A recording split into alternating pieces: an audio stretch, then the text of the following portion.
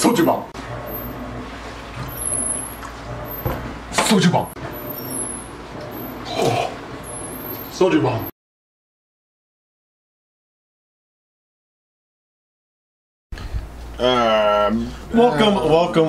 Welcome yet to another Soju Bomb.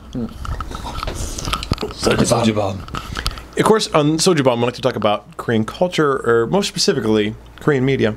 Yeah. And here we are talking about yet another Korean film, this time the 2007 release of Kuno Moksori, which literally translates out to, excuse my language, that bastard's voice.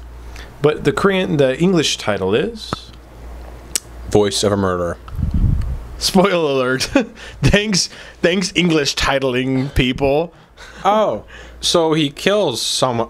Oh, someone dies. It's good to know. Good to know. It's a kidnapping movie. Yeah, thanks. Yeah, you just spoil right there, you bastards. All right, so Voice of a Murder. How does this movie begin? It begins off fairly happy. Yes, it does. There is an anchorman, very popular. He's loving his life. He's top of the world. Loves his family, his beautiful wife, and his son. The son has a weight problem. He's a rather chubby little kid, and he's always constantly sneaking snacks, eating all the time. And the mom's constantly working to work that weight off. He's constantly doing jump ropes. He's not allowed to take the elevator. He has to take the stairs. They live on one of the top floors of the building. She's constantly making him run, do things, and he's constantly saying, "Why do you hate me so much, Mom?" She'll meet him at the top of the stairs with a glass of water, hug him, tell him how much she loves him, but then make a kind of backhanded compliment with the weight thing. So it's a little lighthearted. You're like, oh, okay, the kid's fighting, beastie in a way. I wouldn't say just chubbiness. Yeah. Chubbiness. So that's how it starts. It's like, oh, okay, nice little friendly thing, family thing. Not bad. The anchorman's obviously doing his job. Yeah. He's talking about how horrible things are happening. There's been murders, kidnappings, and all this crap going on. And it happens to him. Yeah. Late one night, while the sun was out, supposed to be doing the jump rope and working, he's sitting on the swing, eating his M&Ms, which we all know he shouldn't be. Snaking them out. Snaking them M&Ms.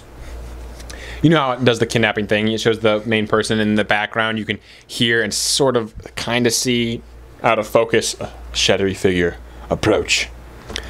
Next thing you know, the mom's freaking out. The dad comes home from work saying, I don't know where he's at. I don't know. He calling people. And dad's like, calm down. Should I call the police? No, don't call the police. Calm down. He's going to be back soon. Don't worry.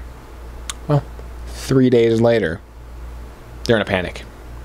Someone calls and says, are you Mr. Han? The anchorman. He's yeah. Who is this? He goes, I have your son. Boom. The dramatic music and everything.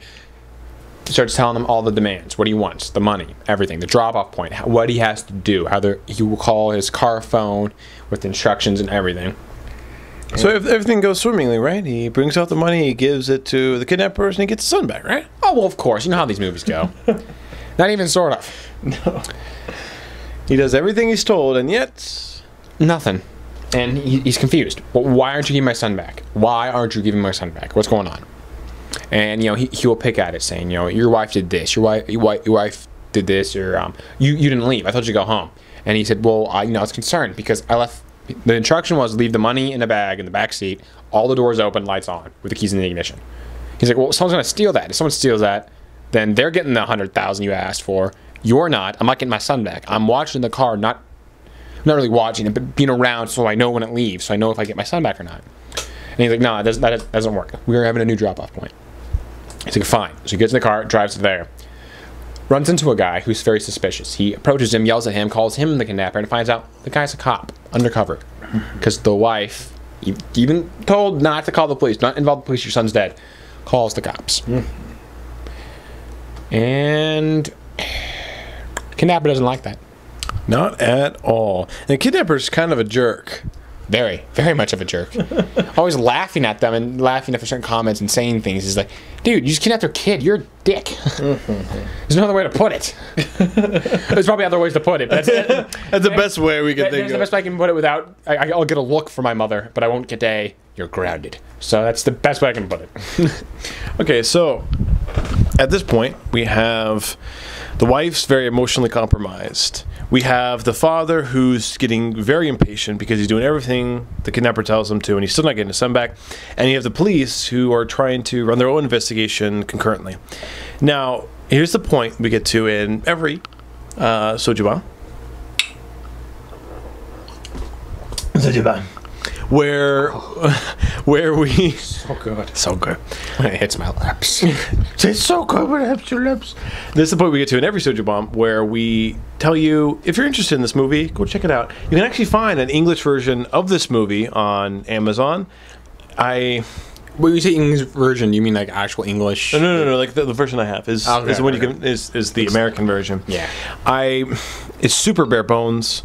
So try to get it for $10 or less. May have to get it used. There's really nothing on it except for the movie. No special features, no trailers, no nothing. It's super bare bones. But if you're interested in the movie, you can go pick it up. So, like we do with all of them. James, did you like it? You know what? Yes, I did like it. Okay. B, would you recommend it? Yes, but only to a select few. Mainly because it's another one of those, faint of heart, do not watch. Please turn away quickly. So children and women, cover your eyes. So for C, grandparents as well. for C, who would you recommend it to? People who like really good thrillers, who don't mind a good punch to the gut, kick in the face. Not as bad as Old Boy, but still a good punch to the face. Very much a Korean movie. Very, very much a depressing Korean movie. And what makes it more depressing is based on a true story. Yeah. And that's where we'll leave you. If you're interested in the movie, please check it out now. Please don't continue on because we're going to get into spoiler territory. So, the wife, in one last ditch effort, decides she's going to circumvent the cops, circumvent the father, and is going to go straight to the killer. How does that turn out? Not very good. What happens is the killer contacts her. I believe it's a call in real life because you hear him actually say some of the things, but in the movie it's a letter. Either way, whatever. And it says, I don't trust your husband anymore. You have to do this stuff for me or he dies. So she blows everyone off. She goes. The one cop who's constantly just... You don't like because she's constantly screwing up and just being stupid. And you're like, you're an idiot. What are you doing? Not necessarily a bad cop. She just makes a lot of dumb rookie mistakes, I'd call them. Lets her go because she said she's going to go to church. Well, it's not she's going at all.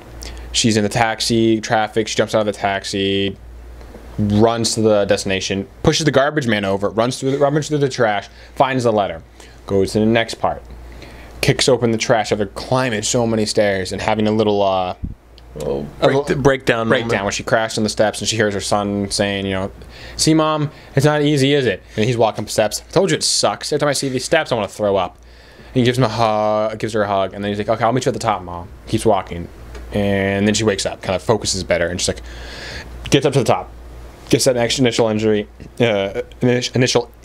Yes. And kicks the trash can, rummages through it, find the note again. It pretty much says, I'm watching you. She's looking around, she's freaking out, she doesn't know what to do. Doesn't get her son, doesn't give the guy anything. It was mainly just torture. Yeah. Guys, twisted. So, this is where we have the first big knife in your back kind of moment. They bring in a forensics specialist whose specialty, of course, is audio. And she starts going through all the tapes, and she realizes that every time they've talked to the kidnapped child, he says the exact same thing in the exact same way. So what revelation does she have? It's a recording. So each time he heard it, it was not from the son. It was a recording of him saying, Dad, help me. So the dad doesn't take this very well, does he? He starts talking back to the kidnapper. Kidnapper says, you're going to come outside right now. And he goes, I don't want to. I'm tired. I'm going to take a shower, go to sleep. I'll talk to you later, pretty much. And the guy's like, do you want your son to die? And he goes, I'm tired. And hangs up on him. Next day, kind of same thing. He's like, hey, we're doing a drop. We're doing a meeting. He says, I'll come back in 10 minutes with details. He's like, I'm eating breakfast. Call me back in a half hour. He's like, excuse me? He's like, call me back in a half hour. I'm eating breakfast. Have you eaten? No? Okay, you eat too. Half hour, we'll call. We'll talk. Hangs up on him again. The wife, the mother of the child, is not taking this very lightly. She's freaking out. She's like, you think our son's dead. He can't be dead. He's not dead. You can't be thinking like this. He's not dead. In the back of his mind, he believes he's dead, but he doesn't want to believe it, but he knows it. So he sets up one last drop monetarily speaking, with the kidnapper. How's that go? He goes to a place that you've been to before. Lode World. Super fun. It's like an amusement park. It's half of it's actually inside a building, and half of it's obviously outside. They always have a parade going on in the middle of it, and it's really annoying when you're trying to get to the other side, and it's like, oh my god, parade move. And it's really creepy, because the guys wear a crap load of makeup, they wear like practically nothing, and it's like, oh my god, what are you doing? Come on, parade move. Exactly, I mean, it's just, whatever. And so there's a parade going on, there's a huge crowd, he makes the drop, he thinks he sees the sun, he goes to the merry-go-round, and collapsed. Exhausted, just tired of everything that's happened. He gets up another 100,000. And you see the guy take it, and clips to the next scene, which is probably the biggest punch in the gut. Day 44 of the kidnapping. They find his son's body. Finds out he died of suffocation 1 day after the kidnapping. So the first time they called him, he was already dead. Already dead after the first time he called. It's just like, holy crap. And the movie ends with you hearing audio from the actual legit kidnapper saying how this all happened in 91. 90 freaking 1. And how the guy is still at large. So as of when the movie was made in 2007, still no leads, nothing. And the statute of limitations for murder in Korea is 25 years currently. So that's 3 years from now. So the guy might be dead, alive, who knows? Point being, he's pretty much in the clear. And that is sickening and just depressing on every aspect. I wish the shows were more realistic in like NCIS, CSI, in the sense that forensic is this magical thing that can tell you everything. Enhance, enhance, enhance, enhance. Yes, the reflection off this car's, off his sunglasses, off the sun and the bird's eye you can see here, there's the murderer. I mean, I honestly wish it was like that. I do, because these dirtbags wouldn't get away with the crap they get away with. For me, the ending is what makes the movie for me. When you're watching the movie, it's only an okay thrill. And the fact that it's based on a true story, of course, adds an extra point to like it, but there's this really good thrills out there, and it doesn't compare to them until the very end.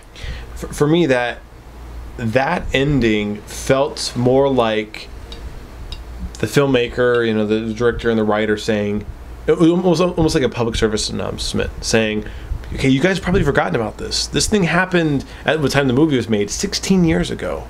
You may have forgotten about this. Please don't forget about this. This is a real thing that happened. This guy's still at large. And I think they play the actual audio from the actual killer, and then the final shot of the movie is the gravestone, because they generally cremate bodies here in Korea, and they put them there. Is the gravestone and the picture of the actual child. It's powerful stuff. It hits you really hard, and the fact that you play the real audio, because you can notice that he says a lot of similar things you hear during the movie, but it's a different voice. Not by much, but still different voice, and you realize, holy crap.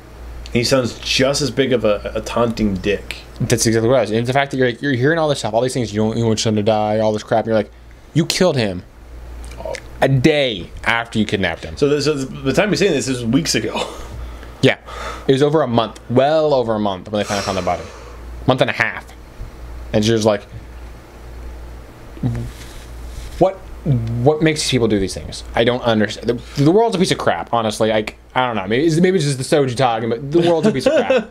Actually, you know what? It's probably not the soju, because the more I drink, the more I think everyone's awesome. And I start talking people up. It's true. The more I drink, I'm just like, I love the world. You're awesome. You're awesome. Dude, our family's awesome. Honestly, I don't need booze to think my family's awesome, because they are. But the more I drink, the more I think people are awesome. So this proves I need more booze in me, because the world sucks. People are dirtbags. It's a powerful, powerful movie. So that's the end of this episode of Soju Bomb. Soju Bomb. And join us next time. We'll be talking about another movie. Now, we did a lot of comedies in a row to kind of wash out the old boy taste. Oh my gosh! But we need more comedy to get rid of the old boy taste. But our next film may be another based on a true story, sad ending film, because those actually probably are my favorite movies. I happen to have a lot of those. Yeah. Having this right after the Voice of the Murder was kind of tough, and I really hope next week we watch the comedy, because this is, I mean, I can take a depressing story, but there's so many based on a true story. And the movies I watch are based on a true story are like freaking sport movies, you know? You got freaking Miracle, you got Friday Night Lights, you got Blindside. You got such a good movie. Remember the freaking Titans. The freaking from Heart of the House, Remember the Titans. Yeah, Road to Glory. I mean, you can make a PG sports movie and make it the most powerful thing you've ever seen. More powerful than any rated R movie I've ever seen. So those are the true stories. That the crap happens. People die. Stuff happens. And you're like, that's powerful. Great movie. But here, it's like, it shows you how, like I said, crappy the world is. How horrible people are. It's like, people are awful. Don't feed me that people are basically good. Things can change them. No, people are gay, retarded, stupid, evil people. That's the true part. I don't mean like retarded and gay as in like offensive. I just mean like, just, you know what I mean. You know what I mean, people. No, I don't want like a mob of like people going, I took offense at that. Okay, it's because I'm gay doesn't mean it's because I'm gay and also happen to be retarded and they happen to be stupid doesn't mean that I kidnap and murder little kids. So, okay, I'll rephrase it for you who are very touchy on this. The world is full of horrible, horrible dirtbags who just want to see the world burn, Master Wayne. Horrible. Horrible. Now the whores will get mad. Oh, horrible. Horrible with an H. No W. No W in this word. People are too sensitive. All right. So join us next time, and I'll talk to you later. Love ya. Bye-bye. That sucks.